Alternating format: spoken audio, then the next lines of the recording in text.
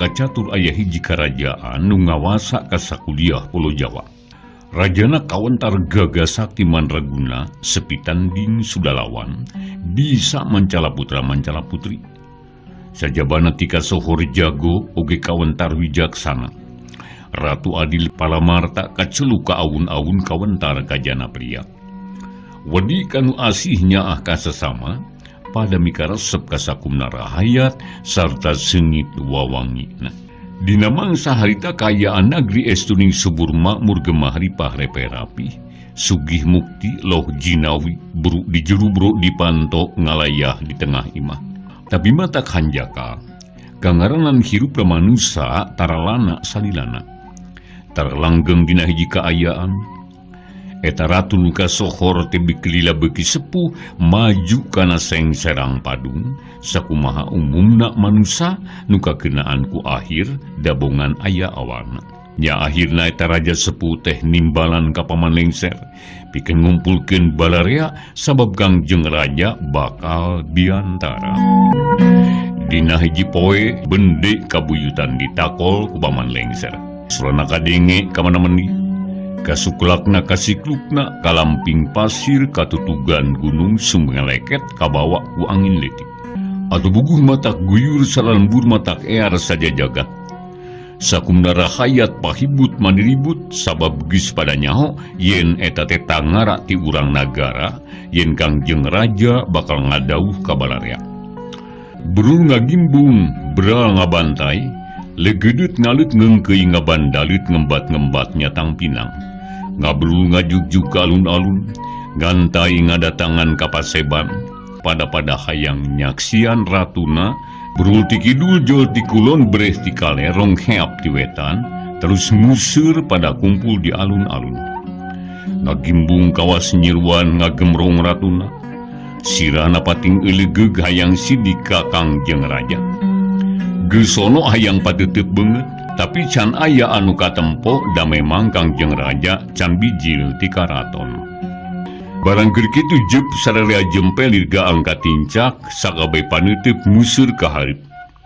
Breh aya payung agung warna kuning emas, make lumba pating gurilap maju lalaunan ngadeuketan ka babancong.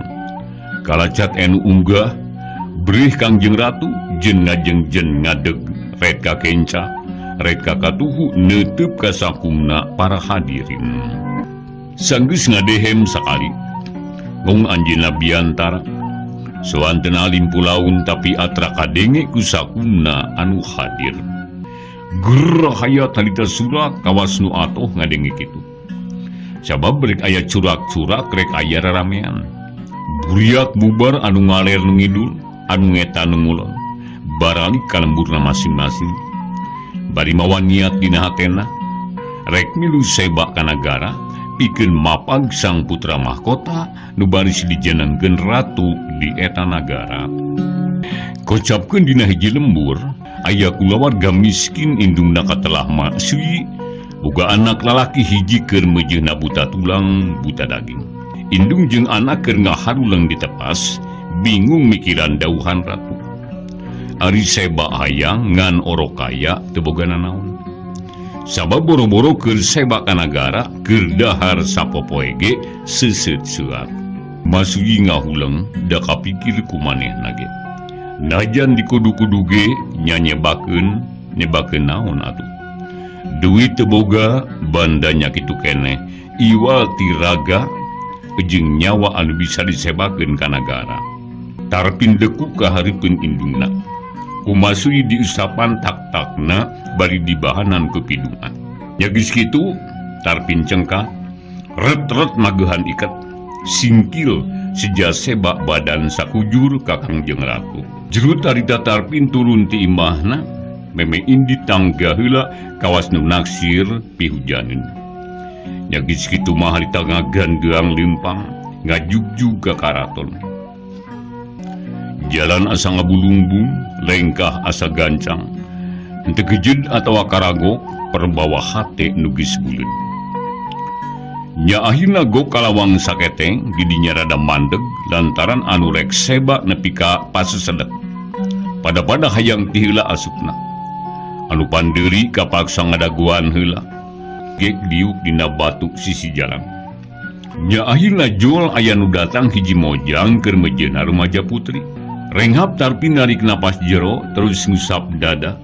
Bari ngageurentes dina hatena ngupat kanu geulis tea.